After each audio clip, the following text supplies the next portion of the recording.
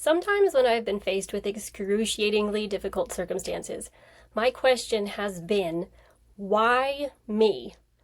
And my question now that I tell myself when I start asking that question is, wait a minute, why not me?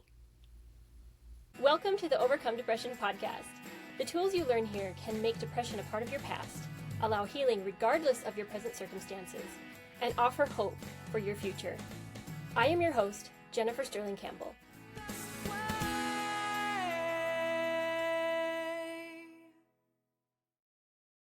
After I divorced the first time, I was dragged back into court once my ex-husband got remarried.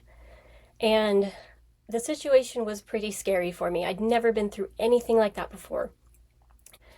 And I remember a friend came over and I was very, very worked up and very worn out with just worry and grief and frustration and fear of what was ahead. I had to prepare to go fight in court.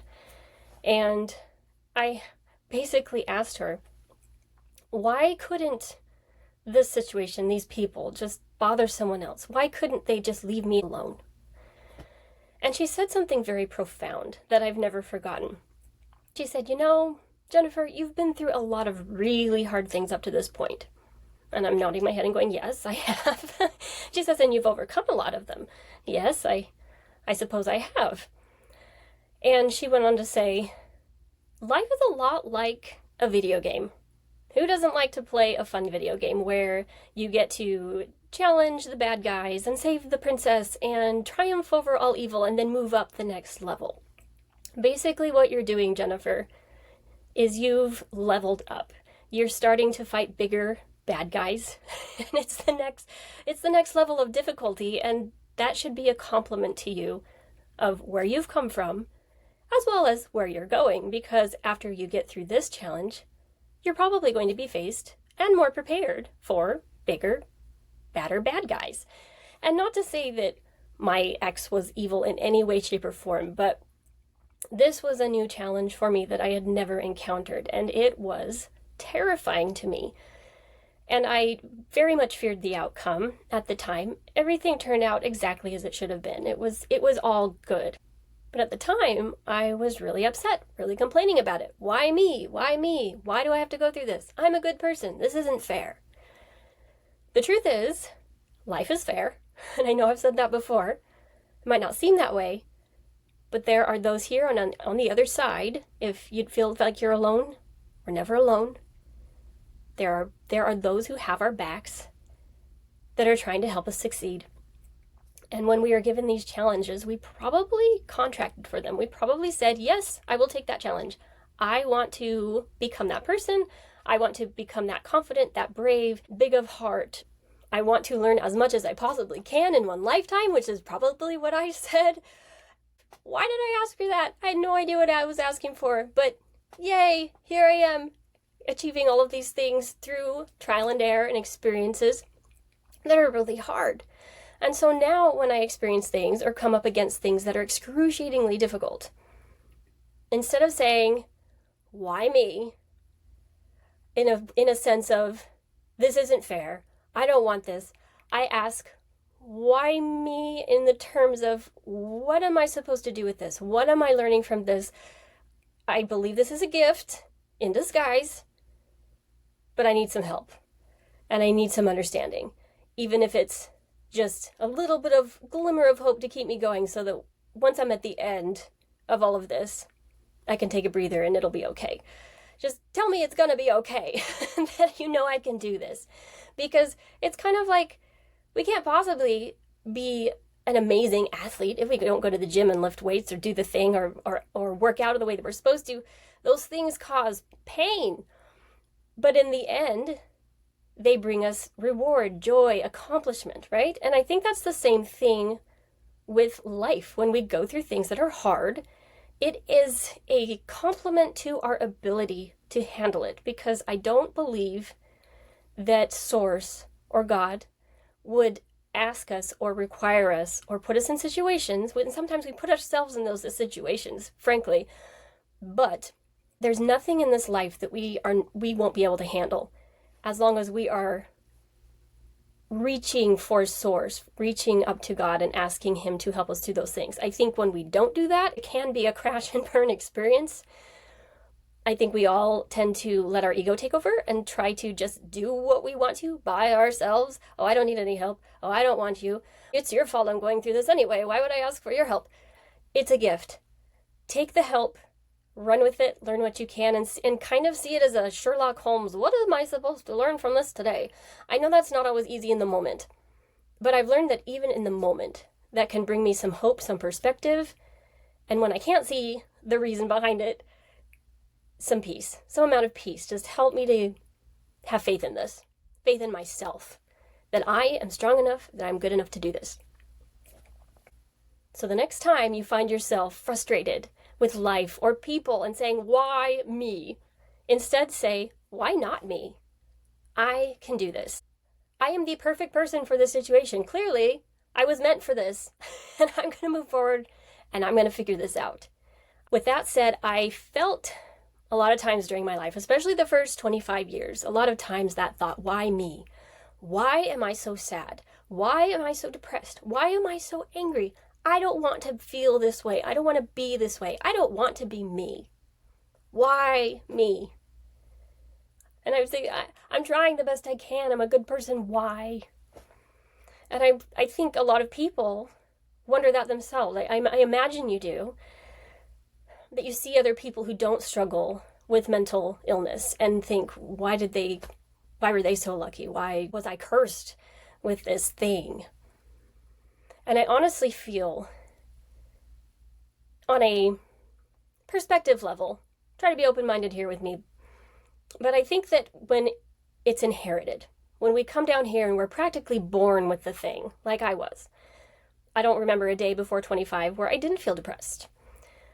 I like to think that there's a loving God who sees families that are struggling generation after generation after generation because of choices that were made that may have caused some depression, and a family that's struggling to get out of this. A lot of baggage we're carrying these days, a lot of generational things that have worked through into our DNA and our psyche, and we live in tough times. That is a very massive truth. But what a honor and a privilege we have to live in these times, that we were strong enough to basically take this. And you might think, no, I'm not, I'm falling apart. But it's your opportunity to take these things and turn them into gold. I know you can do it because others have done it. I've met them personally, and I have done it. And there was a time when I didn't think it was possible. But I do believe that an all-loving God sends people to, or special, we're all special, but certain spirits, to families, to change the pattern of their posterity, to basically heal that line moving forward and backward. I think that it goes both ways, that it's not just us healing ourselves, that we have the ability to heal our posterity and our ancestors when we heal. And that's kind of a proxy thing, kind of like what the Christian atonement believes Christ did for all of us, that we can do for our family. So what I want to say is, if anyone can beat depression, it's you.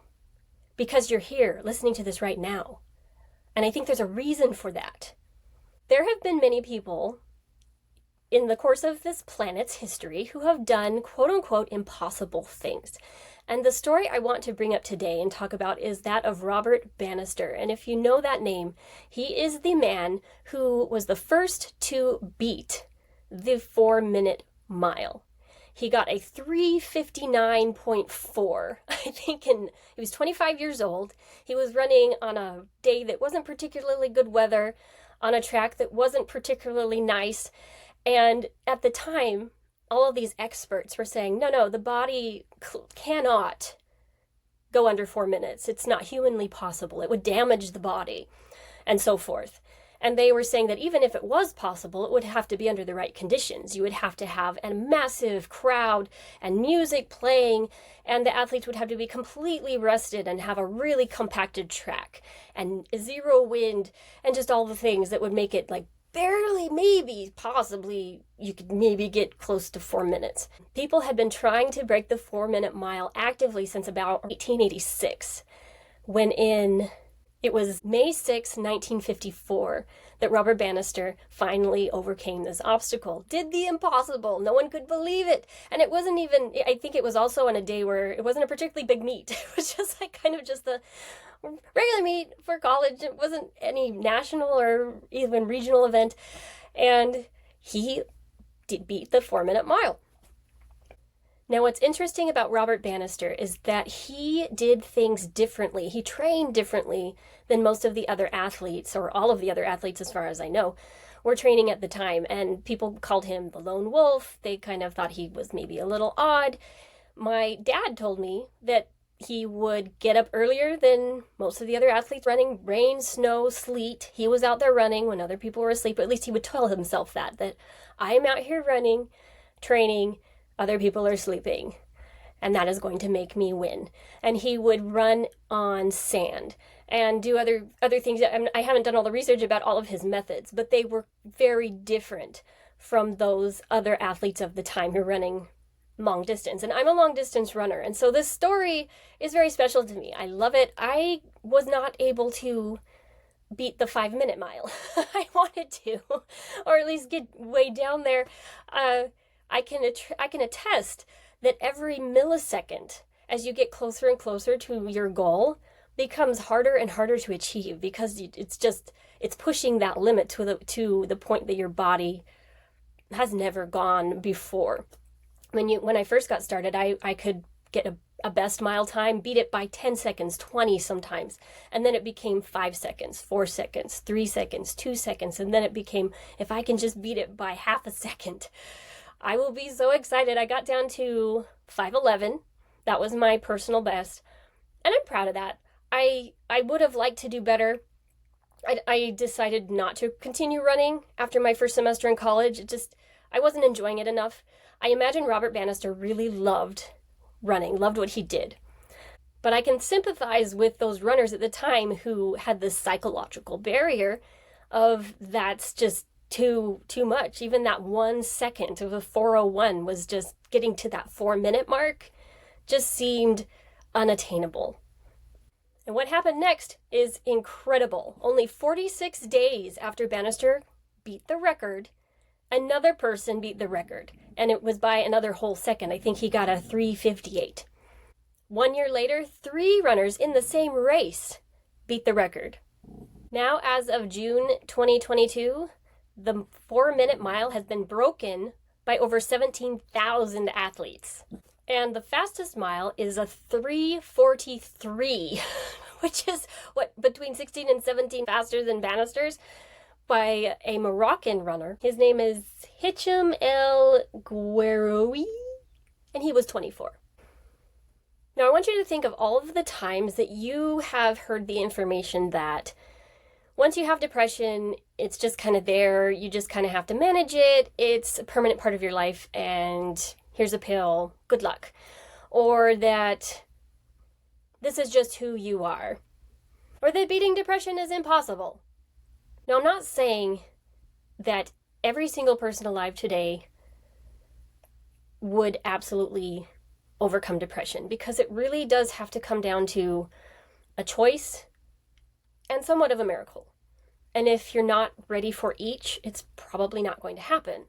However, I do believe that healing is incredible, it's possible, and it's possible for you. And I believe that you can overcome depression, as I have.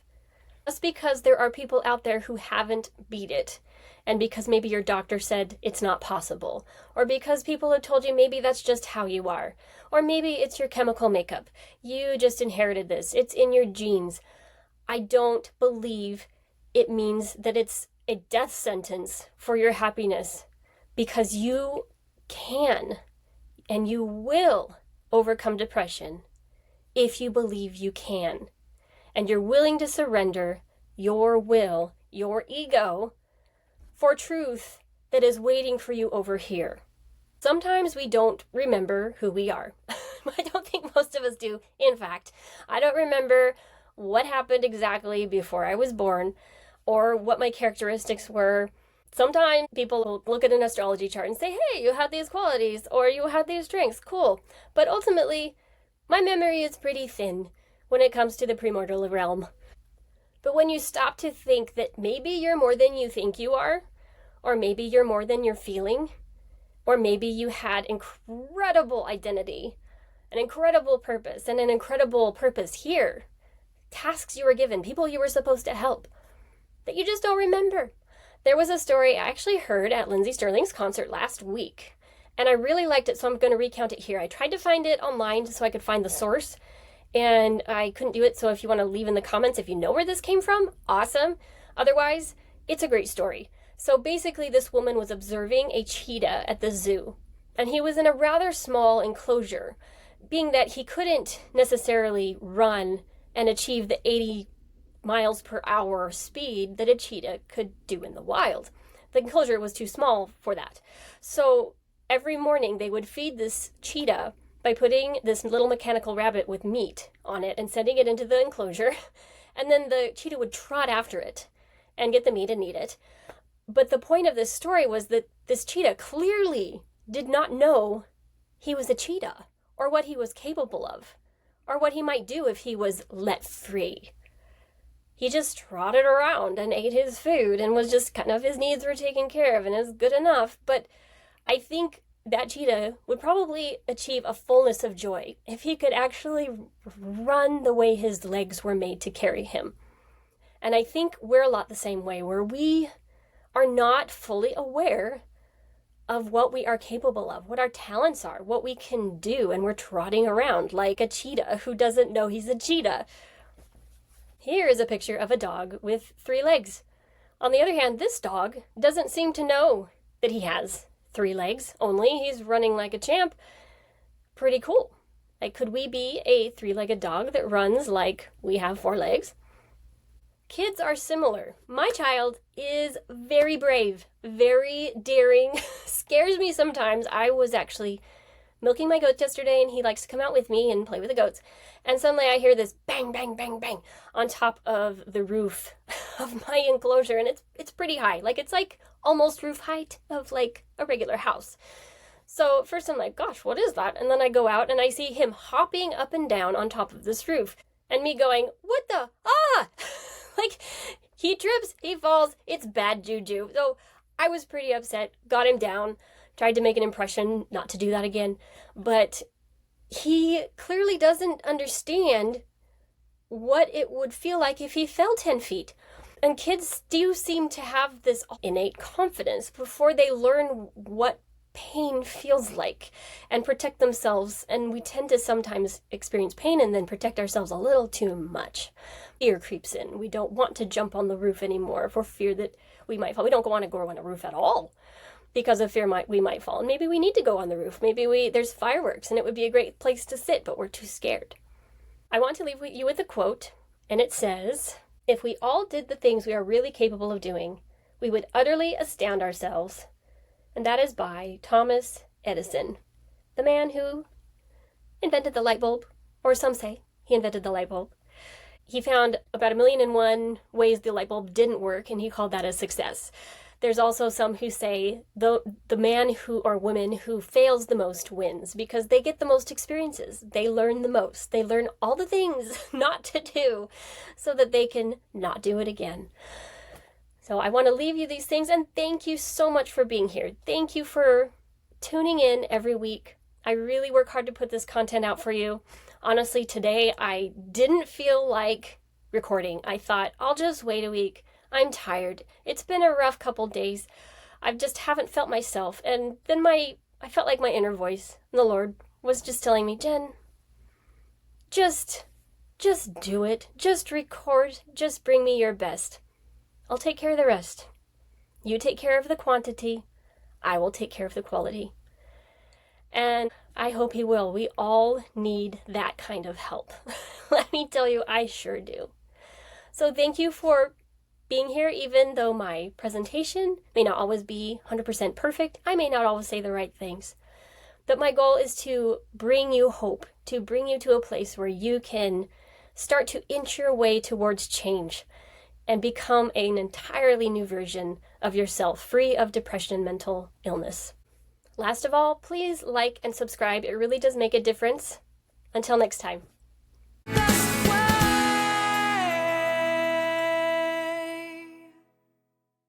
If you are new to this podcast, please go watch all of the hashtag introduction videos first, and then consider downloading the Overcome Depression workbook. Links in the description. The content in this podcast is based on my own personal beliefs, is for informational purposes only, and is not intended to substitute for medical advice, diagnoses, or treatment. Please refer to the full legal disclaimer in the description.